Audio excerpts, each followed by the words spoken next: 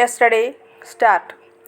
It is a pleasure and indeed a great honor to have met so many experienced educationalists from various countries who have come here to discuss problems connected with education. Basically, the problem of educating the people is the same the world over. There may be variations in local conditions, regional peculiarities, and special requirements of countries, but the ideal of education is the same all over the world.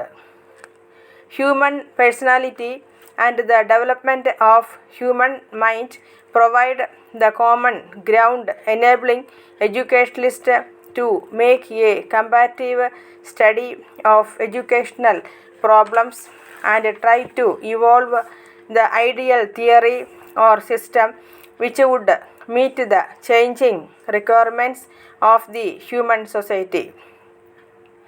The theory of education and its system have grown with the human experience. It is essentially man's requirements and the resources at his command which have conditioned the system of education from time to time. There was possibly a time when material resources had not so much to do with the imparting of instruction or at any rate the spread of education. But these were also times when education was not looked upon as a universal need. The times have since changed and with them the whole pattern of human society. The advance made in our knowledge, especially in the field of science and technology, have all but changed the scope and also to a large extent the immediate purpose of education.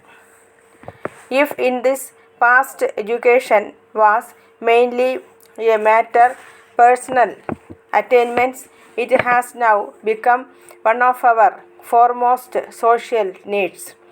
Education is now believed to be capable of not only human molding, understanding, and character, but also to a large extent all social or national behavior.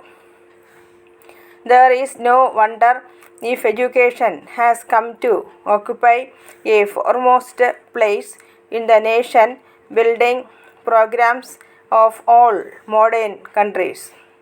The big change in human outlook can be brought about by education so that the younger ones may grow up in new atmosphere of friendship and cooperation and the older ones may realize the ultimate gains for human happiness. We have been encouraging this system by giving it a trial in all parts of the country. It may be too much for me to say that this system has been an unqualified success, but as far as I know, it may sooner or later come to be recognized as the only answer to our problem of education and literacy. We timely believe that the inclusion of a little manual work in the school provides a fair chance to our students to meet a part of the cost of their education and at the same time creates in them a healthy outlook in life. We also believe that it will result in the many-sided development of a student's personality. I am sure many of you have had occasion to know of the principles of basic education and its actual working in the country. Your views on the subject will be welcome and should be of help to us in improving the theory and practice of this system. I now close with a word of appeal to all the distinguished guests to keep in view not only the limited purpose of education of the individual but also to prepare the ground for the new world in which competition will have given place to cooperation and dedication to the service of all.